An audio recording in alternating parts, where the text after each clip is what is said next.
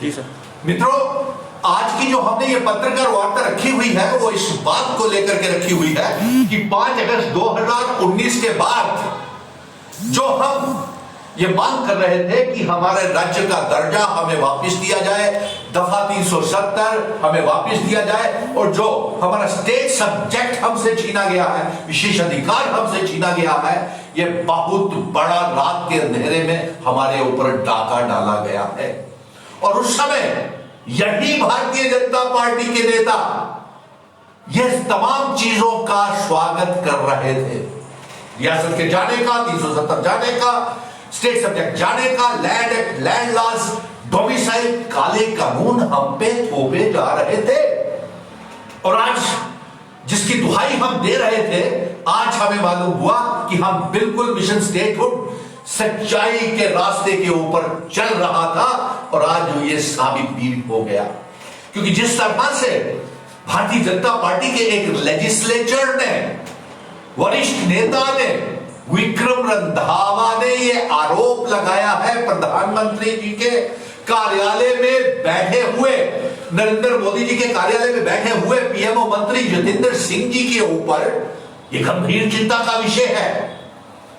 और इसी सिलसिले में आज हम ये जानना चाहेंगे, कुछ सवाल है हमारे जो इस संवाददाता सम्मेलन के माध्यम से हम जितेंद्र सिंह से पूछना चाहते हैं, देश के प्रधानमंत्री जी से पूछना चाहते हैं, गृह मंत्री अमित शाह जी से पूछना चाहते हैं। पहले हमें यह बताएं, भारतीय जनता पार्टी के सारे एक्स विधायक, सांसद जो मौजूदा है, और पीएमओ मंत्री जी, आपसे हम ये प्रश्न पूछते हैं क्योंकि आप तो प्रधानमंत्री के कार्यालय के बीच में बैठे हुए हैं। जब हमारी रियासत 5 अगस्त 2019 से को छीनी गई, एक मामूली सी यूनियन टेरिटरी बना दिया गया, तो आप पहले शख्स हैं जिन्होंने हमारी रियासत डोगरा पगड़ी को पांव तले कुचलने का, महाराजाओं की जो विरासत थी, हमारे बुजुर्गों के लिए हुए फैसले का जब तहस नहस किया, एक मामूली यूनियन टेरिटरी बनाया गया, तो जितेंद्र सिंह जी आप भी पहले वो शख्स थे जिन्होंने इस बात का स्वागत किया।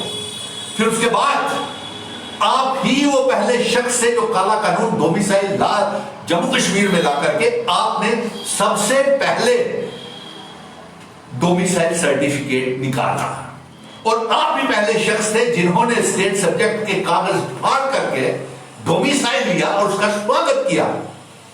और फिर इसके साथ साथ आप ही वो पहले व्यक्ति थे जितेंद्र सिंह जी जिन्होंने लैंड एक्ट, लैंड लॉज का और बाहरी पूंजीपतियों को और पूरे देश में इंटरनेशनल मीडिया के ऊपर आपने जितेंद्र सिंह जी ये घोषणा की कि जाइए जम्मू कश्मीर में ना स्टेट सब्जेक्ट की जरूरत है, ना डोमिसाइल की जरूरत है, कारोबार भी कीजिए, नौकरियां भी कीजिए, जमीनें भी लीजिए।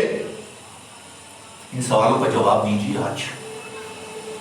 आज आपने तो यहां तक कह दिया कि बी आर अम्बेडकर साहब संविधान में 370 को डालना ही नहीं चाहते थे, और आपने यह भी कहा जितेंद्र सिंह जी कि महाराजा हरि सिंह जी जब भारत का के साथ मिले कर रहे थे तो वो कंफ्यूज थे।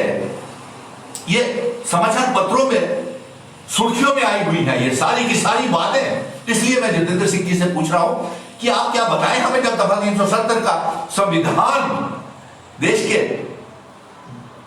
बाबा साहब भीमराव अंबेडकर भारत रत्न लिख रहे थे, तो जितेंद्र सिंह जी वो क्या आपसे पूछने आए थे कि दफा 370 को संविधान में डालूं कि नहीं डालूं? या फिर महाराजा हरि सिंह जी जो जब भारत के साथ विलय हुआ था, हमारा हिस्सा बनाया गया था हमें भारत का जम्मू कश्मीर को, तो क्या महाराजा जी आपसे पूछने हरि सिंह जी आए थे कि भारत के साथ विलय किए जाए? क्या आप बातें करते हैं? पीपल जी, जितेंद्र सिंह जी एक डॉक्टर हैं, शुगर के स्पेशलिस्ट डॉक्टर थे। पहली उन्होंने प्रैक्टिस की है शुगर की, वो पॉलिटिशियन नहीं थे। क्या लगता था जिस तरह से उन्होंने बयान दिए बाबा भीमराव अम्बेडकर के लिए और 370 के लिए, अब ये जो नया मुद्दा उठाया है, ये अपना विक्रम रंधावा जी ने निकाला है, क्या लगता है ये सब कुछ भाजपा पर जो है इल्जाम लगा रही? बिल्कुल सही आपने कहा, मेरे पत्रकार मित्रों ने बड़ा अच्छा सवाल किया है। इस संदर्भ में वो मुझे अब ये जो प्रश्न मैंने रखने थे वो समझ रख दिए, पब्लिक डोमेन में हम ले आए। इसका जवाब जितेंद्र सिंह जी को देना चाहिए। और साथ में हम ये भी कहेंगे कि प्रधानमंत्री जी जिस प्रकार से भारतीय जनता पार्टी किसी भी भ्रष्ट किसी भी राजनीतिक दल के नेता के ऊपर या जहां पे उनकी सरकारें चल रही होती हैं, कोई आरोप लगता है तो भारतीय जनता पार्टी ढोल लेकर के, नगाड़े लेकर के उनके इस्तीफे की मांग करना शुरू कर देती है, चाहे वो महाराष्ट्र हो, मध्य प्रदेश हो या कोई किसी भी अन्य राजनीतिक दल की, चाहे वो पंजाब हो। और इस्तीफा दूसरे राज्य कांग्रेस, बाकी के दल जो है, नेशनल कॉन्फ्रेंस, पीडीपी, इन्होंने इस्तीफे दिए भी है। तो आज जब तक ये इंक्वायरी रंधावा जी के उसके ऊपर नहीं होती है, इन्हें इस्तीफा देना चाहिए। और साथ में हम ये कहेंगे कि इसके साथ हमें आप ये बताएं कि पीएमओ मंत्री साहब, आप प्रधानमंत्री के दफ्तर कार्यालय में जितेंद्र सिंह जी बैठे हुए हैं, आपने सीआईएसएफ बीएसएफ के बच्चों के साथ किया हुआ वादा कहां तक पूरा किया? आपने रहबरे खेल टीचर्स के साथ जो वादा किया था कहां पूरा किया?